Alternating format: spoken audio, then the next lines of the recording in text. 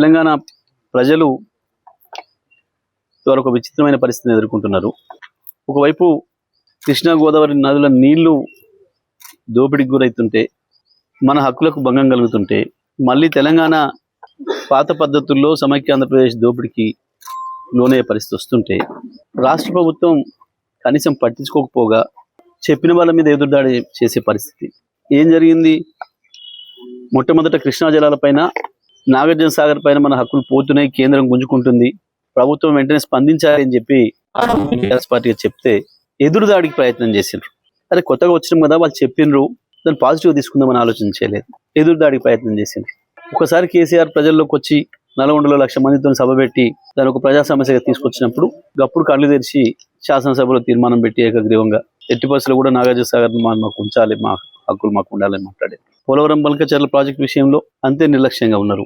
ఏం పెద్ద ఎత్తున దానిపైన ఉద్యమానికి పోతున్నామని చెప్పి అప్పుడు ఇరిగేషన్ మంత్రి, ముఖ్యమంత్రి కళ్ళు తెరిచి మాట్లాడడం మొదలుపెట్టింది. మళ్ళీ ఇవాళ కృష్ణానదికి గండి కొట్టే ప్రయత్నం చంద్రబాబు నాయుడు చేస్తుంటే, ఒకవైపు మోడీ సహకారం పూర్తి స్థాయిలో ఆంధ్రప్రదేశ్కి ఉండి తెలంగాణకు అన్యాయం జరుగుతుంటే వీళ్ళు కూడా ఒప్పుకొని ఉత్తరం రాసి, ఒక అజ్ఞానపు మంత్రి, ఇరిగేషన్ శాఖ మంత్రి, కనీస అవగాహన లేదు ఆయనకు, చెప్పిన దాన్ని అర్థం చేసుకునే శక్తి కూడా లేదు, తెలివి తక్కువ పనిచేసిండ్రు. 90 టీఎంసీల నీళ్లను గతంలోనే కేటాయించి 6-7 అనుమతులు తీసుకొని పని ప్రారంభించి 27,000 కోట్ల రూపాయలు దానిపైన ఖర్చు చేసి చివరి దశలో ఇంకొక 10-12% పని, 15% పని పూర్తి చేసిన సందర్భంలో కేసీఆర్ గారు చాలా స్పష్టంగా చెప్పిండ్రు.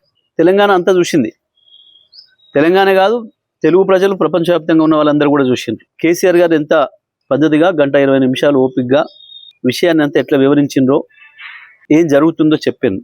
ఒక విమర్శం చేయలే, కాంగ్రెస్ పార్టీని విమర్శ చేయలే. ప్రభుత్వం స్పందించాలి.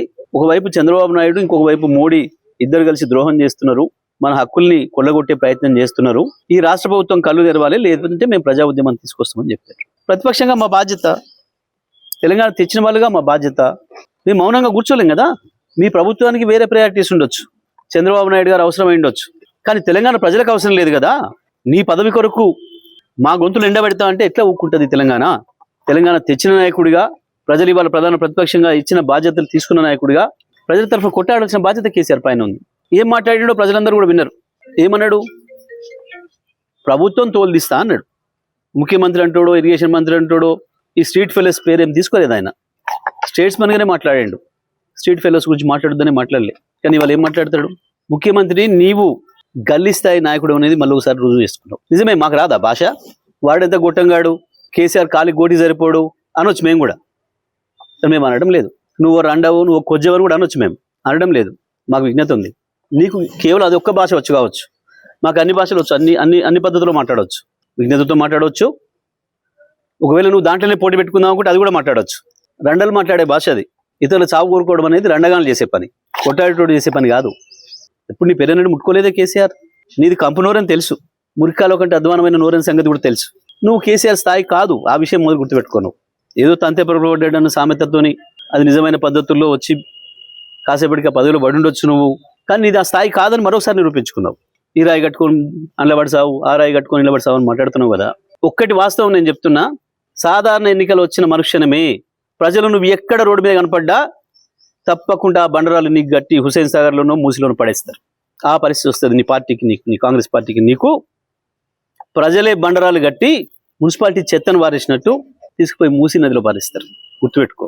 కేవలం సబ్జెక్ట్ లేక, కేసీఆర్ చెప్పిన వాటికి ఆన్సర్ చెప్పలేక, సమాధానం చెప్పలేక, దొరికిన దొంగలాగా దాని నుంచి పక్కదారి పట్టించడానికి ప్రజల్ని ఇటువంటి బూతు మాటలు ఎత్తుకుంటున్నాడు. చూడలేదా ప్రజలు? కోట్లాది మంది ప్రజలు చూసిండ్రు. చెప్పు దానికి సమాధానం. పొరపాటు జరిగితే చెంపలేసుకో. నీ ఇరిగేషన్ మంత్రి చెలవకుండా రాసిండా ఆ ఉత్తరం, 45 టీఎంసీలకు ఒప్పుకునే ఉత్తరం, దాని మీద మాట్లాడు. తప్పకుండా తోలు వలుస్తాం ప్రభుత్వాన్ని. నీ తోలు వలవడానికి నీ శరీరాన్ని ముట్టుకునే పరిస్థితి లేదు. గంత గలీజ్ శరీరం అనేది. దాన్ని ముట్టుకుంటే కంపు. నీ నోరు ఆ సివరేజ్ లైన్ల కంటే కంపు, నీ మైండ్ కంపు. ఎందుకు వస్తాయి ఆ మాటలు? కేవలం సమాధానం లెక్క. కేసీఆర్ వేసిన ప్రశ్నకు సమాధానం లెక్క. ఎందుకు వణుకుతున్నావు? కేసీఆర్ ప్రజలకు పోతానంటుంటే మహబూబ్నగర్లో సభ పెడతాడంట, నల్గొండ సభ పెడతాడంట, రంగారెడ్డి సభ పెడతాం, తప్పకుండా పెడతాం, ప్రతి చోట పెడతాం సభలు. పెట్టు. నీకు చేతనైతే కేసీఆర్ అడిగే ప్రశ్నకు సమాధానం చెప్పు, తెలంగాణ ప్రజలు అడిగే ప్రశ్నకు సమాధానం చెప్పు, దానికి పరిష్కారం ఎందుకు చూడు. ప్రజలు గెలవాలంటే అవతల వాళ్ళకంటే మంచి పనులు చేసి గెలవాలి తప్ప, అవతల వాళ్ళకంటే మంచిగా మాట్లాడి గెలవాలి తప్ప, నీ బూతులకు నీ ఎదురుగా ఉన్న సర్పంచ్లే తిట్టుకుంటూ పోయినారు. చీనీ అమ్మ ఇదేంది సాగు కోరుకుంటాడు ఎవడన్నా? 2 ఏళ్లలో ఒక్కసారి కేసీఆర్ నీ పేరు ఎత్తుకున్నాడా ఎప్పుడన్నా? లేని కేసీఆర్, లేని కేసీఆర్ గురించి బూతులు ఎందుకు మాట్లాడుతున్నావు? నువ్వు, నీ పోలీసులు, నీ గుండాలు, నీ అధికారులు అందరు కలిసి ఎన్నికలకు వస్తే కూడా టీఆర్ఎస్ సైనికులు అద్భుతంగా వీరోచితంగా పోరాడి ఫలితాలు సాధించింది. దానికి భయపడుతున్నావు. దీనికే ఇట్లా ఉంటే మా బట్టలిప్తాడు, మా భాగవతం బయట పెడతాడు, రేపు మహబూబ్నగర్కి వచ్చి, రేపు నల్గొండకు వచ్చి, రంగారెడ్డికి వచ్చి మా దొంగతనాన్ని దొరకబడతాడు, ప్రజలకు అప్పచెప్తాడు అన్న భయంతో, ఫ్రస్ట్రేషన్తో ఈ బూతులు మాట్లాడుతున్నారు. ఎవరు ఒప్పుకోరు తెలంగాణ ప్రజలు. ఎన్నడూ లేదు తెలంగాణ చరిత్రలో ఇంత నీచమైన భాష మాట్లాడిన రాజకీయ నాయకుడు ఇప్పటివరకు కూడా లేడు తెలంగాణ చరిత్రలో ఎప్పుడు కూడా. నీకు వాళ్ళతో సమాసం ఎక్కువ ఉండి ఆ కల్చర్ తీసుకొస్తున్నావు ఇక్కడికి. ఆనాడు పొద్దున్నాక ఇప్పుడు తెల్లందాక చీకటి ఒప్పందాలు, చీకటి సవాసాలతోని ఆ గలీజ్ భాషను ఇక్కడ తీసుకొస్తున్నావు. నువ్వు ఇవాళ మాట్లాడుతున్న ప్రతి మాటకు, నువ్వు చేస్తున్న ప్రతి చర్యకు తప్పించుకోలేవు శిక్ష నుంచి. అది ప్రజల చేత పడుతుంది, చట్టం చేత పడుతుంది, శిక్ష వేయబడుతుంది.